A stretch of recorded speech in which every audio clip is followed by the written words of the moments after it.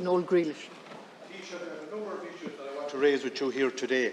Over the last number of weeks, I've been meeting with businesses across a range of sectors in Galway, from developers to healthcare providers. One of the main concerns they all have in common is the difficulty in trying to recruit staff. A lot of businesses, particularly those in the hospitality sectors, and they're the small little restaurants, the small little coffee shops, are very worried about their future and viability of their business. And a significant number have told me that they cannot operate at full capacity as they do not have the required staff to do so. Two issues they raised are the restrictions in employment permits and also accommodation for the workers. One business person told me that the only way he could secure staff was to provide accommodation for them, but he was in the lucky position that he was able to provide accommodation for 6 staff. Taoiseach, people are applying for jobs and are now asking potential employers if they can secure accommodation for them, and most of them are not in the position to do that. The accommodation crisis is compounded by the staff shortage problem, Taoiseach. Taoiseach, I met with a number of contractors who cannot get qualified staff, such as bricklayers, plasterers and carpenters. As a result of this, they are not in the position to build, which in turn has a huge knock-on effect on the housing supply, and this situation is likely to get worse. In a recent parliamentary question to the Minister for Health, I was informed of over 800 job vacancies in Galway's main public hospitals, including more than 170 nursing and medical professionals. Also, a recent survey by the Manpower Group showed that 4 in 5 Irish companies are struggling to attract talent as Ireland endures its worst skills shortage for 17 years. These staff and skills shortages are across all sectors of society, not just the ones I referenced today. This has a knock-on effect on many parts of our society, limiting economic growth, delays in dealing with our housing crisis and increasing waiting lists in our health service. Taoiseach, there is a major problem in the work permit system, and it needs to be simplified to enable qualified people from abroad to apply for work permit and fill the much-needed positions in the sectors of our society as quickly as possible. And it was mentioned here this morning, Taoiseach, in our PMB about the healthcare, home care workers, and my colleague Deputy Cathal Berry mentioned the Filipinos. They are brilliant people to work in the health service and the home care service, and it should be simplified more for them. Taoiseach, I'm asking you that you look at the whole process, make it a lot simpler and try and get the much needed workers into this country that's needed in the hospitality, construction and the health services. Thanks very much, Deputy. The fact is we're experiencing full employment now in Ireland. Indeed, some economists say that we're beyond full employment, that there are more vacancies than there are people available and qualified to fill those vacancies. And this is only the second time in our history that we've achieved that. And while it does create real problems, and you've touched on some of them, I think in the round it's something to be celebrated. 2.6 million people at work in Ireland. Unemployment almost at an all-time low. Female participation in the workforce at an all-time high, and youth unemployment also close to an all-time low. But it does have negative consequences.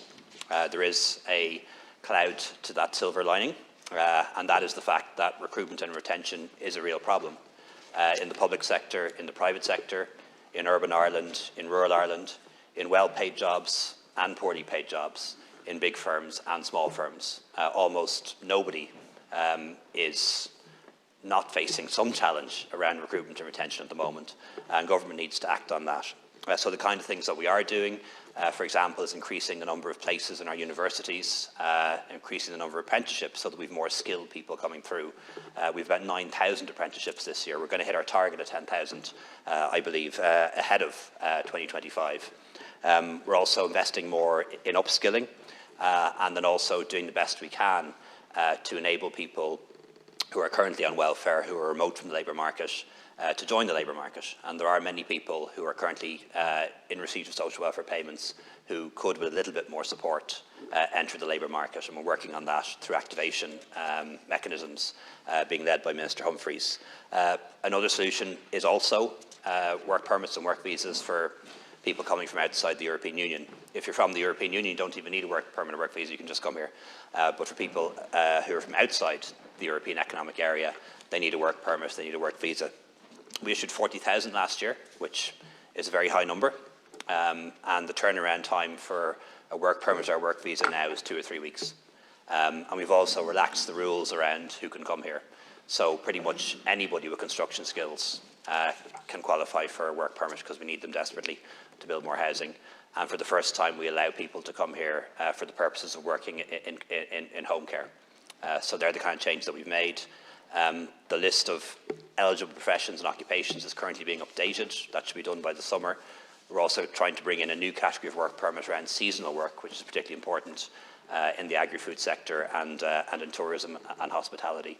So action's being taken at every level to try and increase the number of people who are in the country already, who have the skills and are able to work, and also to open pathways for legal migration into the country where people have skills that we need. Thank you for your reply. Housing crisis, another issue which has come up in a number of times in my discussions with business people and developers, is the length of time it takes to get planning permission. Developers who want to build houses have told me that it can take up to 3 and 4 years to get planning permission, which is far too long. The delays are working with local authorities to design suitable sites, and then when the applications are granted by the local authorities, more than likely they are appealed to An Taoiseach. One person told me recently that his planning application for over 40 houses is with An Taoiseach for over 2 years, with no definite date for decision. With the related issue of a housing crisis and a crisis in companies trying to secure staff, can a time limit be set on the board to make a decision on a large-scale housing developments, similar to the ones put in place for local authorities? The local authorities have to make a decision within 8 weeks of the planning application being lodged. I believe that this would speed up the delivery of housing. Thanks, Deputy. The answer to your question is yes, and we intend to do that. As you'll know, local authorities have to make a decision. I can't remember whether it's 4 weeks or 5 weeks, but 8 weeks. There is no statutory limit for An Taoiseach. Under the Planning and Development Act, we intend to do that and to bring in statutory time limits during which An Taoiseach has to make a decision on an appeal. That also means staffing up An Taoiseach to make sure that they can actually achieve that, because we don't want the refusal rate to go up as a means of satisfying the timeline, and that's what can happen sometimes. So we're staffing up An Taoiseach, bringing in the extra skills that they need, appointing new board members, getting them ready for the introduction of those statutory deadlines, which is in the Planning and Development Act. We also need to make sure that judicial reviews happen more quickly. Well, I suppose happen less frequently, and when they do happen more quickly. And you'll be aware of the additional judges that we're appointing to the courts.